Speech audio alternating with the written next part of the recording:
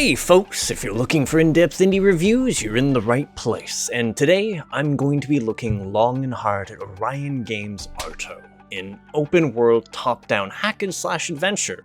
That said, was this colorful creation an inspired endeavor, or did it leave me in need of a palate cleanser? I'm your host Arlyeon, let's find out together. Once, the seven gods of inspiration worked in harmony, imbuing the world with life, color, and creativity. And yet, this balance did not last. Log, the lost god, united their power, creating an artifact of such vast potential that the other gods saw no recourse but to seal him away until oblivion swallowed him. Unfortunately, this was not without its consequences. In his wake, a great desaturation occurred, draining the world of the color that once made it so vivid and reducing the surviving deities to shadows of themselves, something which drove many of their denizens mad. Yet hope remains. On a distant island, the deity Goya had been hard at work, crafting a disciple to carry out their will and restore color to the world. Though freshly born, this apostle, Liv, carries the weight of its salvation on her shoulders. Though, whether the fated divinities will let her is another matter entirely. Overall, the storytelling in this title is fairly decent. Its central plot threads being told through a number of scenes, while a fair amount of world building and deeper lore underpinning the whole is told in bits of lore you can discover across the countryside through chats with NPCs, and more importantly, side quests. I say most importantly here because not only do a few of the side quests really help to underline that the situation is vastly more complicated than roam the countryside and restore color to the world, some of them help to pose questions to an attentive player and serve as foreshadowing to the plot as a whole. As for others, well, more than a few times you'll encounter a quest that has multiple outcomes. While there isn't a mechanical difference in the reward they'll give you based on your choice, they do seem to have different moral bearings, which no doubt plays a role in how you obtain the game's different endings. Admittedly, this also means you're locked into a given ending by the time you reach the game's climax, and while I did enjoy the narrative beats, I wasn't quite feeling as inclined to start the entire journey from scratch in order to figure out what choices I'd have to make in order to tease out the other options. Though, I suppose I ought to delve further into the whys of that decision and talk mechanics. Now, hack and slash wise, Arto starts simply enough. You have a basic combo, a limited range attack that charges ammo on melee hits, and a simple dodge. Oh, and a parry, which you really should get familiar with because you're only able to take a few hits before keeling over. That said, you can rectify this situation on a number of levels. For instance, if you use a save point / respawn canvas you've activated, you gain access to an upgrade menu. I sort of felt the need to specify this process because it was well into the game's third area before I stumbled onto it, since I rarely had a reason to tag an already active canvas, and I didn't notice this being explained in-game anywhere.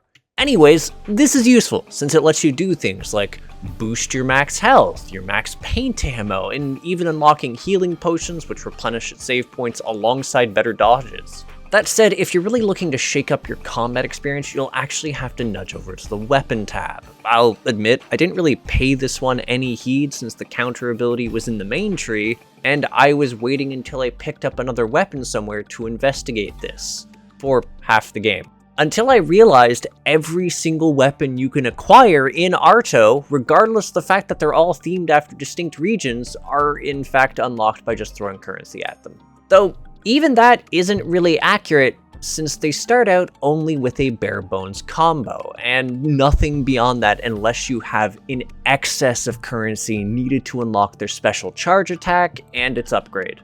It's a weird system that's only further complicated by how exorbitantly expensive it is to experiment. See, while chroma, this game's currency, is dropped from enemies, it's usually dropped in quantities of 1 or so. The occasional enemy might drop 3, and heaps of other enemies drop, well, 0.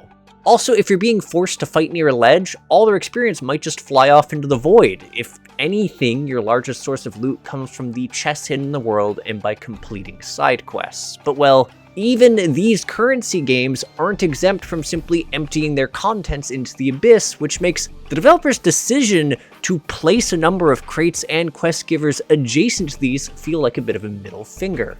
Especially once you realize that, despite the relatively limited amount of large experience sources, the game takes a page out of Souls-likes, having you spill all of your chroma out when you die, and not even at the location you died necessarily. See, Aya, a sort of helpful sibling to Liv, will claim your spilled chroma and hold it for you, somewhere in the general vicinity. Sometimes it's accurate, sometimes it's really not, and as for whether it's helpful, well, I suppose I ought to say that her help isn't entirely free, in the sense that she occasionally decides you need to fight for your chroma, which can be a bit of a slap the first time it happens if you're already half dead and you lose all of it due to her. It's, something. Thankfully, there's at least one facet of your kit you can play around with gratis, sort of.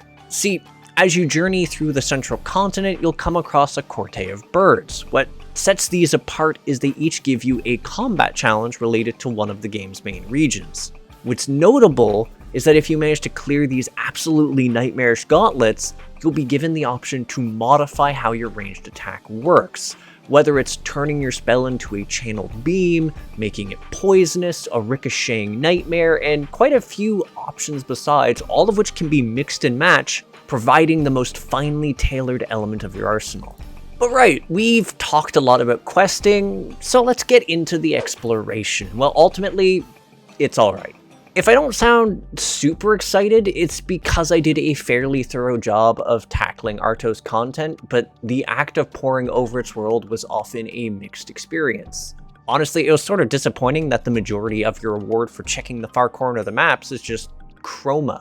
Yes, there's the occasional interesting element, like a tidbit of lore or a quest to hunt down, but even these hit some snags if only because, well, I absolutely hate the map in this game.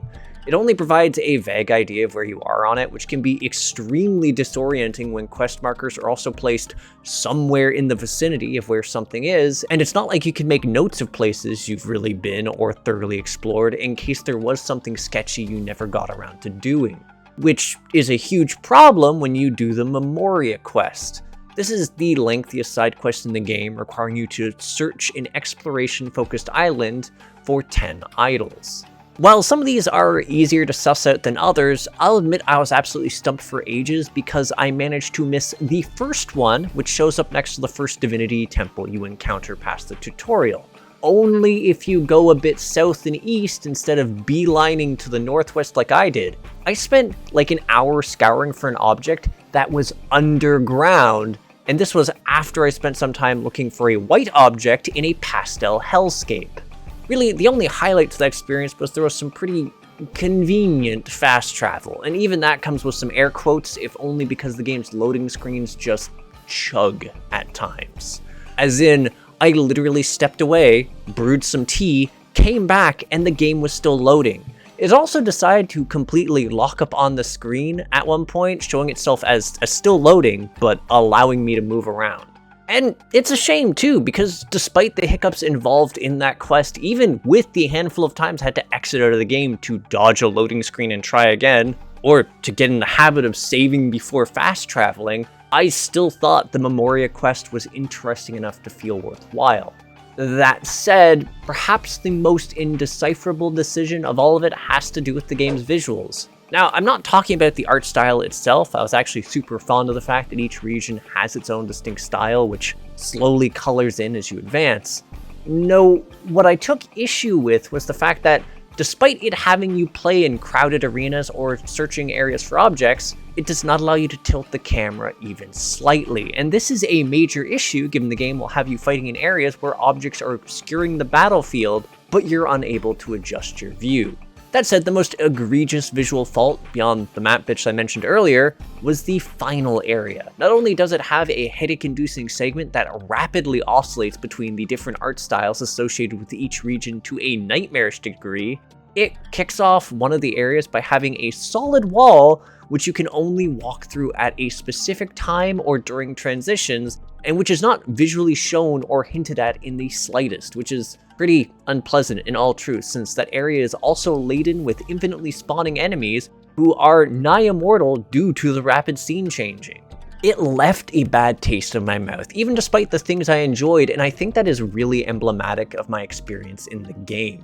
Arto has a lot of problems, nitpicks, and odd decisions culminating to weigh down the whole experience.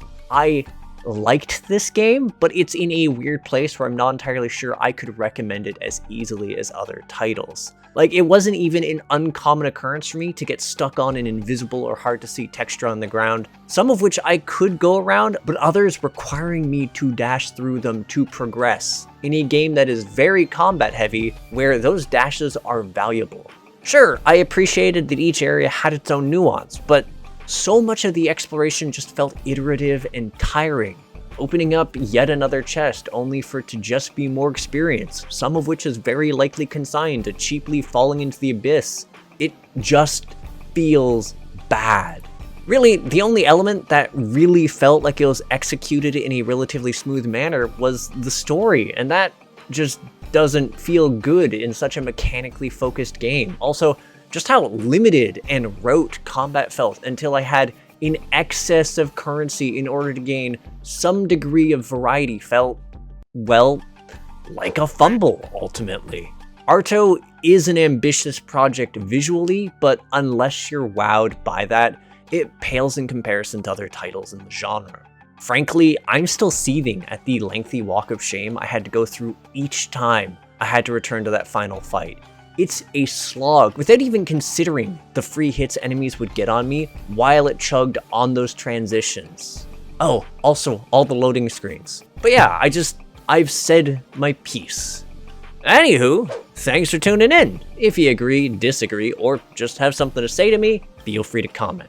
And if you enjoy my efforts to create new indie reviews, interviews, and gaming content, hit the subscribe button and the bell. For the Discord savvy folks, there's a link to my community, the Crit Hit Cauldron, in the video description, and to my Patreon if you're curious to see reviews before they hit the YouTube, or just to support me and the other members of Crit Hit.